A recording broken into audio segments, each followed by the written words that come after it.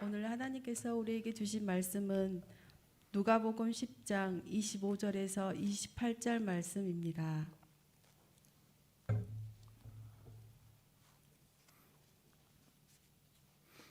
이제 봉독합니다. 하나님의 말씀을 경청하십시오. 어떤 율법 교사가 일어나 예수를 시험하여 이르되 선생님, 내가 무엇을 하여야 영생을 얻으리이까?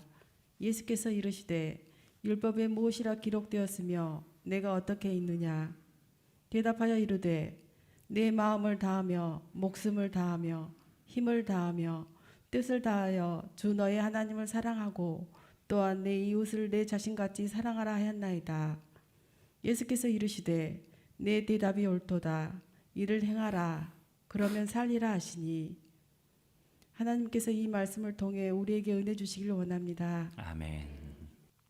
사랑하는 자에게 주고 싶은 것은 한두 가지가 아니다. 하늘의 별이라도 따다 주고 싶으나 사람의 힘으로서는 못할 것이다. 어떤 사람은 음악을 조선에게 주며 어떤 사람은 문학을 조선에게 준다. 어떤 사람은 병을 고치는 기술로 조선의 사랑을 꽃피우며 어떤 사람은 조선에게 옷을 입히고 훌륭한 모자를 씌울 것이지만 오직 우리는 조선에게 성서를 주어 그 뼈를 세우고 그 피를 만들고자 한다. 김교신 선생님의 성서를 조선에게라고 하는 글의 한 대목입니다. 이 땅은 성서가 꼭 필요하다. 그 성서가 뼈를 튼튼하게 만들어 세우고 피가 돌게 만들어 생명력을 갖게 할 것이다. 그 일을 위해서 애를 썼죠. 김교신 선생님뿐만 아니라 수많은 사람들이 쉽지 않게 그리고 값진 희생으로 애를 썼기에 우리는 지금 보다 더 편안하게 하나님의 말씀을 우리가 보게 되고 듣게 되고 전하게 되었습니다. 그리고 지금 우리 또한 하나님의 말씀을 듣고 그 말씀 가운데에서 길을 찾을 수 있게 된 것이죠. 교회사를 읽다 보면은 성경과 관련되어져서는요, 세 가지 단어밖에 없어요. 감사, 그리고 감동, 그리고 감격. 쉽게 우리에게 전해지신 것이 아니기 때문에 그렇고 이것의 생명력을 전하기 위해서 얼마나 많은 사람들이 값진 애씀과 희생이 있었는가 하는 것들을 생각해 보게 됩니다. 성서에 대한 이야기를 하게 된 것은 오늘이 대림절 세 번째 주일이자 성서 주일이기 때문에 그렇습니다. 어느 교회 같으면 기도원 협회에서 나와서 성경에 대한 이야기를 하고 나가면서 성서를 위한 헌금까지 하게 되는 주일이 바로 성서 주일입니다. 말씀이 육신이 되어 우리 가운데 거하심에 대림절의 의미와 성서 주일의 의미는 같이 연결될 수 있는 좋은 부분들이 있습니다. 임마누엘 예수님을 기다리고 맞이하는 계절의 한복판에서 하나님의 말씀, 우리 가운데서 오신 하나님의 말씀을 맞이한다고 하는 것은 말씀이 곧 예수 그리스도요, 예수 그리스도가 곧 말씀으로 우리의 삶 가운데 계신다고 하는 것을 고백할 수 있는 참 귀한 의미도 담겨져 있습니다. 신앙인이 살아가는 삶의 여정을 생각해 보면 말씀의 여정이라 해도 될 것 같습니다. 우리 신앙의 곳곳에 말씀이 있죠. 말씀으로 자라고 말씀을 배우고 말씀으로 살아가고. 그래서 우리가 우리의 삶의 여정을 이렇게 돌아보면은 그때그때마다 내 안에 있었던 말씀들이 떠오르게 되는 거예요. 그 말씀이 나를 위로했고 그 말씀이 나를 정신 차리게 했고 그 말씀이 나를 격려하며 그 말씀에서 길을 찾고 걸어갈 수 있도록 도와주셨던 그 말씀과 함께한 삶이 신앙의 여정이다. 그렇게 말씀드릴 수가 있죠. 저도 마찬가지예요. 저는 성경 많이 있지만 구절들 중에 좋아하는 말씀 몇 가지를 꼽으라면 제일 먼저 꼽을 수 있는 것이 요한복음 8장 29절에 있는 말씀입니다. 군에 입대할 때 처음으로 듣게 되었어요. 작은 성경에 빨간 줄을 친 채 그 말씀으로 군 생활을 잘 이겨내라고 주신 목사님의 말씀이 요한복음 8장 29절의 말씀이었죠. 그 말씀이 그 이후에 제가 새로운 길을 떠날 때마다 다시 한번 마음에 기억하고 새로운 삶을 하나님과 더불어 살아갈 수 있도록 얼마나 큰 힘이 되었는가 여러분 앞에 고백할 수가 있습니다. 저희 교회 부임했을 때 부임 설교 첫 번째도 이 말씀을 가지고 했던 기억이 있습니다. 나를 보내시니가 나와 함께 하시도다. 내가 항상 그의 기뻐하는 일을 행함으로 나를 혼자 두지 아니하시도다. 이 말씀 있으면 외롭지 않아요. 혼자 두지 아니하시겠다 약속하신 하나님, 내가 할 수 있는 것은 하나님이 어떤 것을 기뻐하실까만 마음에 깊이 생각하고 또 그대로 살아가려 애쓰면 되는 것이죠. 이사야서 41장 10절의 말씀은 제가 전화번호라고 해서 별칭을 붙여가지고 항상 마음에 두고 읽는 성경 구절이기도 합니다. 이사야서니까 24국에 41장 10절이니까 4110번 뭐 이렇게 그냥 어린아이처럼 별명을 붙여가지고 읽어요. 늘 긴장하고 불안할 때, 어떤 일들이 내 마음대로 되지 않을 때에, 속상하고 힘들 때 다시 한번 제 마음속에 이렇게 돌이켜보고 기억하고 암송할 말씀이기도 하죠. 두려워하지 말라. 내가 너와 함께함이라. 놀라지 말라. 나는 너의 하나님이 됨이라. 내가 너를 굳세게 하리라. 참으로 너를 도와주리라. 참으로 나의 의로운 오른손으로 너를 붙들리라.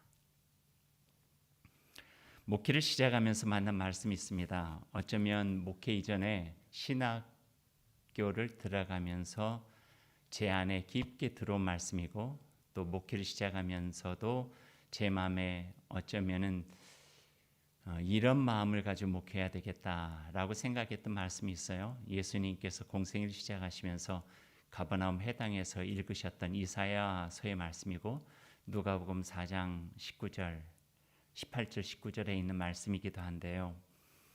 그 말씀이 너무 좋아서 제가 결혼할 때 결혼식 축가에 좀 그 축가에 어울리지 않게 너무 장엄하게 이 말씀으로 된 그 찬양을 불렀던 기억도 있습니다.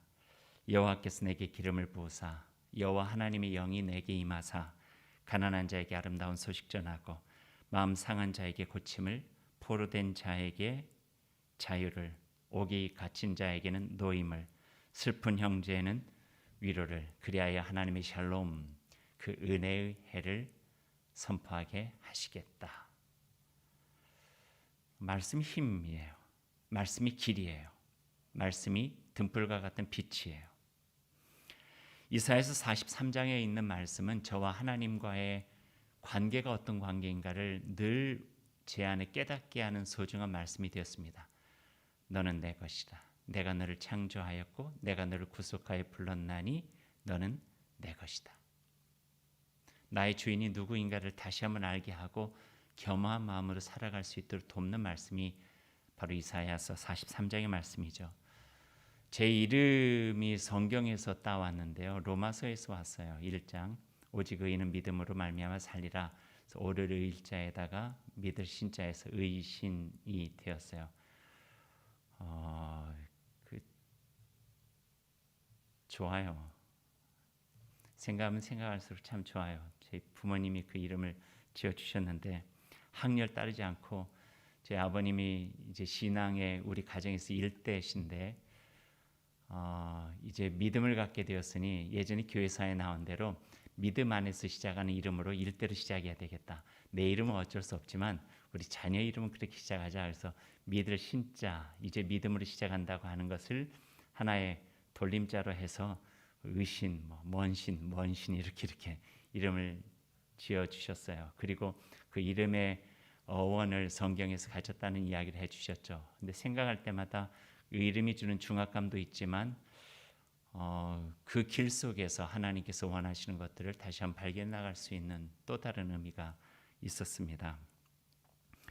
고등학교 2학년 때 늘 읽어왔고 알고 있었던 이야기지만 성경 공부 가운데 친구들 가운데 되어졌던 그 말씀으로 저의 신앙적 세계와 믿음에 대한 지평이 넓어졌던 말씀을 찾으라면은 오늘 누가복음에 나와 있는 선한 사마리아 사람의 비유였어요.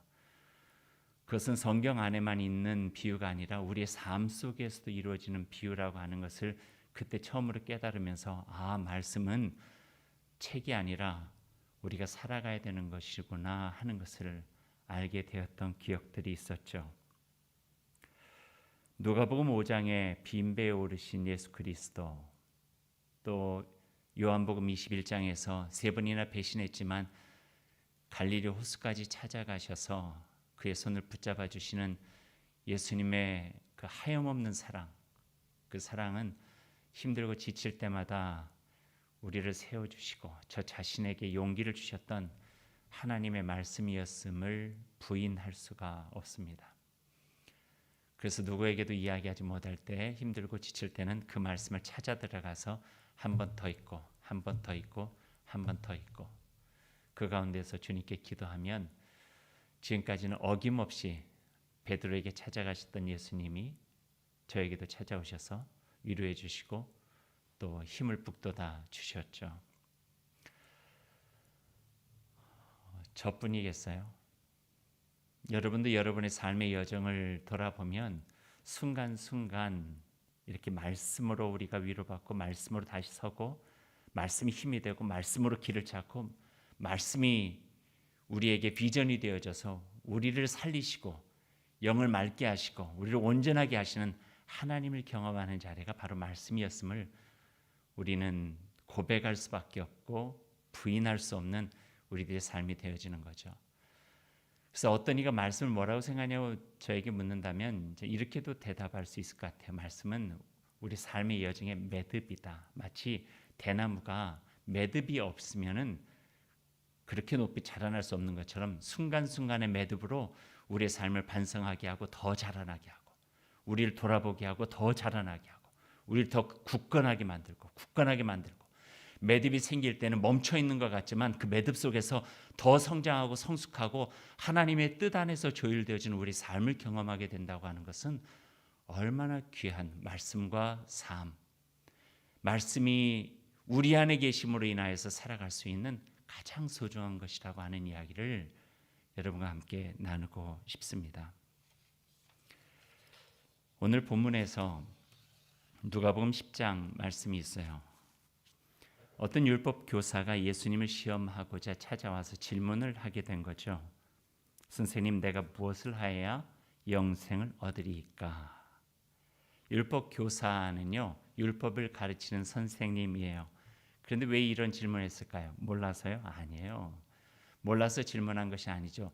예수님이 성경을 가르치고 율법을 가르치고 사람들을 이야기하고 다녔는데 학위도 없고 아는 것도 없고 나사렛에서 태어나서 자란 사람이 무슨 그런 말을 할 수 있는 자격이 있을까 시험해보고 싶은 거예요. 그래서 제대로 알고 있는지를 알고자 하여 율법 교사가 찾아와서 예수님에게 질문한 거죠. 내가 무엇을 하여야 영생을 얻으리까? 성경의 핵심, 율법의 핵심이 무엇인지 당신은 알고 있습니까? 라고 물은 거예요. 그럴 때 예수님께서 그 율법 교사에게 다시 되묻죠. 예수님께서 이르시되 26절이에요. 율법에 무엇이라 기록되었으며 네가 어떻게 읽느냐? 두 질문의 요소가 여기 담겨져 있어요. 율법에 무엇이라 기록되었느냐? 이건 지식에 대한 질문이겠죠. 네가 어떻게 읽느냐 하는 것은 소리내서 읽는가 눈으로 읽는가 이걸 물어본 것은 아니에요. 어떻게 읽는가는요. 지식이 아닌 그 말씀을 너의 삶으로 어떻게 살아가고 있느냐. 프락시스, 실천에 대한 그 말씀을 살아가는 삶에 대한 질문을 겸하여 예수님께서 하신 거예요. 무엇이라 기록되었고 네가 어떻게 읽느냐 하는 거죠. 말하자면 이런 거예요. 서로 사랑하라 읽었으면 그걸 어떻게 살고 있느냐. 너그럽게 대하라. 너희가 그 성경에서 알았으면 그걸 어떻게 살고 있느냐. 오늘 말씀도 마찬가지고요. 주의라 하나님의 말씀을 묵상하라 하였는데 알고 있는데 그것을 어떻게 살아가고 있느냐. 너희 삶 속에 그 말씀이 배어 있느냐 하는 것을 질문한 것이죠. 성경 전문가인 율법 교사가 그 되물음에 이렇게 대답을 하고 있어요. 27절 말씀, 이거는 우리가 잘 아는 말씀이에요.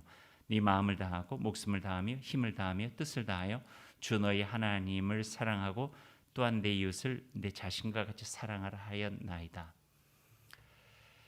예전에 어떤 세미나에 갔는데 그 강사가 이런 이야기를 했어요. 그리스도인들이 갖고 있는 약점 중에 하나는 지당하신 말씀은 잘한대요. 근데 그 말씀을 가지고 살아가는 삶이 약하다는 거예요. 원수를 사랑하라. 지당하신 말씀이죠. 몸과 마음과 뜻과 힘을 다하여 하나님을 사랑하라. 내 이웃을 내 몸같이 사랑하라. 지당하신 말씀이죠. 모르는 사람이 어디 있겠어요. 그런데 그것을 어떻게 읽느냐. 삶으로 체화해내고 살아가면서 실천적으로 보여주고 그 말씀으로 살고 있구나라고 하는 것을 사람들로 하여금 알게끔 하는 데에는 그리스도인들이 매우 약점을 가지고 있다. 이런 이야기를 하는 것을 들은 적이 있습니다. 그러면서 그분이 덧붙여 하신 이야기는 우리는 믿는다, 믿음에만 강조했지 따름, 그 말씀을 따름에 대한 것들을 강조하지 않았기 때문에 그런 것이 아닐까, 그런 이야기하는 것도 들었어요. 성경 안에 보면은요, 우리는 믿음 이야기를 많이 하는데 예수님께서 제자들이나 또 무리들에게 하신 말씀 중에 나를 믿어라라고 하는 것보다는요, 가장 많이 하신 말씀이 나를 따르라. 같이 가자는 거죠. 이 삶을 같이 살자는 거죠. 그것이 우리에게 참 소중한데 언젠가부터 기독교, 그리스도교의 신앙은 믿음의 종교가 되고 따름의 종교가 되지 않았다는, 실천적 삶이 빈약해져 버린, 믿음만 커져버린 마음들, 그것이 진정한 믿음인가라고까지 살펴볼 수 있는 그 모습으로 지금 서 있다고 하는 이야기를 듣고 공감을 했습니다. 율법 교사는 정답을 이야기했어요. 그런데 예수님께서 그 율법 교사에게 다시 한번 이런 말씀을 하시는 거예요. 28절 말씀이죠. 예수께서 이르시되 네 대답이 옳도다. 지당한 말씀이다. 그런데 그 다음에 덧붙인 말씀이 중요해요. 이를 행하라. 그러면 살리라. 행함이 삶으로 연결되어진다는 거예요. 말씀을 아는 것에 그치지 말고 아는 말씀, 새겨진 말씀으로 살아가려 애써라. 그러면 너희 영혼과 너희 삶이 살 것이다. 이 앞에 우리들은 참 부끄러운 마음을 가질 수밖에 없습니다. 지난주 설교 마지막에 성탄 선물에 대한 이야기를 했죠. 예수님의 생일인데 우리가 선물 받기를 원하는 것 같다고 예수님께 선물 드리듯이 작은 자에게 한 것이 나에게 한 것이라 하셨으니 무언가 선물들을 나눠보자 했는데 주중에 제가 전화를 받았어요. 우리 교우도 아닌데 온라인으로 설교를 듣고 저에게 그 선물을 하고 싶다고 저에게 생각지도 않게 보내주셨어요. 참 고마웠어요. 뭐 돈을 보내줘서 고마운 것이 아니라 작은 것이라도 그 말씀을 통하여서 자기의 삶으로 연결해 보려고 하는 그 마음이 너무나도 감사했던 거예요. 오늘 말씀이 그 말씀이죠. 이를 행하라. 그러면 살리라. 무엇을 알고 있는가, 그것도 중요하지만 어떻게 있느냐, 그것을 어떻게 실천하고 살아가고 있느냐 하는 것도 참 중요하다고 하는 가르침을 저에게 오늘 주고 계십니다. 20세기 영성가 토마스 머튼이 이런 이야기를 했어요. 신앙을 가지고 살아가는 것은 이와 같다는 거죠. 처음에는 인포메이션, 하나님의 말씀을 아는 거래요. 정보를 아는 거죠. 하나님이 어떤 분이신지 아는 거예요. 두 번째는 포메이션, 그 말씀이 나를 형성시키는 거래요. 그리고 트랜스포메이션, 형성된 삶으로 살아가는 것. 이 세 가지가 이루어질 때 그게 믿음의 삶이 온전하게 되는 것이다. 이렇게 표현을 했어요. 참 정확하게 표현이 되어진 것 같아서 참 좋았습니다. 요즘에 악기로 이렇게 비유를 제가 많이 하는데 말하자면 이거죠. 첼로가 있으면 첼로에 대해서 아는 것이 인포메이션 중요하죠. 어떻게 소리가 나는지, 혀는 몇 개 있는지, 활은 어떻게 해서 하는지 인포메이션이에요. 그 다음에 포메이션은요, 이제 연주를 하기 위해서 조율해야 되잖아요. 소리를 맞추고 피아노에 음을 쳐가지고 거기에 맞게 연주할 수 있을 정도로 조율하는 거. 그리고 트랜스포메이션, 연주를 하는 거예요. 그래서 다른 사람들이 그 음악을 듣고 난 다음에 마음의 위로를 받기도 하고 기쁨을 느끼기도 하고 음악 속에서 자기의 삶에 어떤 또 다른 의미를 갖게 되기도 하고, 하나님의 말씀도 마찬가지예요. 말씀을 아는 것 중요해요. 그 말씀으로 나를 조성하는 것 중요해요. 조성된 내 자아, 믿음의 삶으로 살아감으로 인하여서 하나님 뜻에 걸맞게 하나님의 나라 이루어가면서 살아가는 것 너무나도 소중하다 하는 말씀을 우리에게 들려주고 계십니다. 이것이 성경 읽기예요. 너희는 어떻게 성경을 읽느냐? 너희는 어떻게 읽느냐? 읽느냐는 어떻게 사느냐? 이걸 묻는 것이죠. 성경을 어떻게 읽어야 됩니까? 읽어도 잘 읽어야 됩니다. 성경을 어떻게 읽어야 됩니까? 잘못 읽으면은 우리의 삶이 엉망이 될 수 있으니 잘 읽어야 됩니다.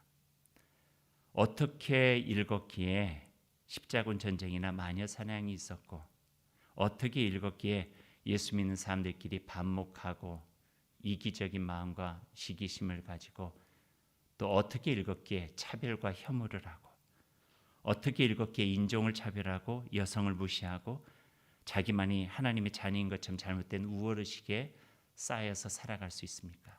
잘못 읽은 거예요. 읽은 것은 눈으로 읽은 것이 아니라 잘못 읽어서 잘못 살아가는 것이겠죠. 어떻게 읽었기에 자기 중심, 자기 욕망, 자기 신념, 자기 교리를 고스란히 간직한 채 예수 그리스도는 문 밖에 세워둘 수밖에 없는 그런 모습을 갖게 되었나 하는 것이죠. 그러면 어떻게 읽어야 됩니까? 글자만 읽지 말고 그 안에 살아계신 하나님을 만나도록. 하나님 만나기 위해서는 내 자신을 겸손하게 내려놓고 그 말씀이 내 안에 들어와서 나를 새롭게 조성하고, 이제는 나 사는 것 아니고 내 안에 계신 그리스도가 나를 살아가실 수 있도록 말씀의 삶으로 나를 내어드리고 살아가는 삶으로 벅차지만 아주 작은 부분이랄지라도 하나씩 하나씩 한 걸음씩 한 걸음씩 꾸준히 쉬지 말고 우리들이 살아가게 된다면 우리의 삶을 통해서 조성되어진 하나님의 놀라우신 그 은총과 하나님의 우리 가운데서 일하고자 하시는 하나님의 뜻을 발견할 수가 있고, 우리가 조금씩 넓어져 가면서 하나님의 선한 영향력들로 세상 속에서 귀한 일들을 할 수 있는 소중한 선물과 같은 은혜를 허락해 주신다 하는 말씀을 오늘 이 말씀을 통해서 보게 됩니다. 말씀을 어떻게 읽어야 하나요? 내가 하나님을 이끄는 것이 아니라 하나님이 나의 인생을 이끄는 것이기에 주여 말씀하옵소서, 주의 종이 듣겠나이다 하는 겸허함으로 읽어야 되겠죠.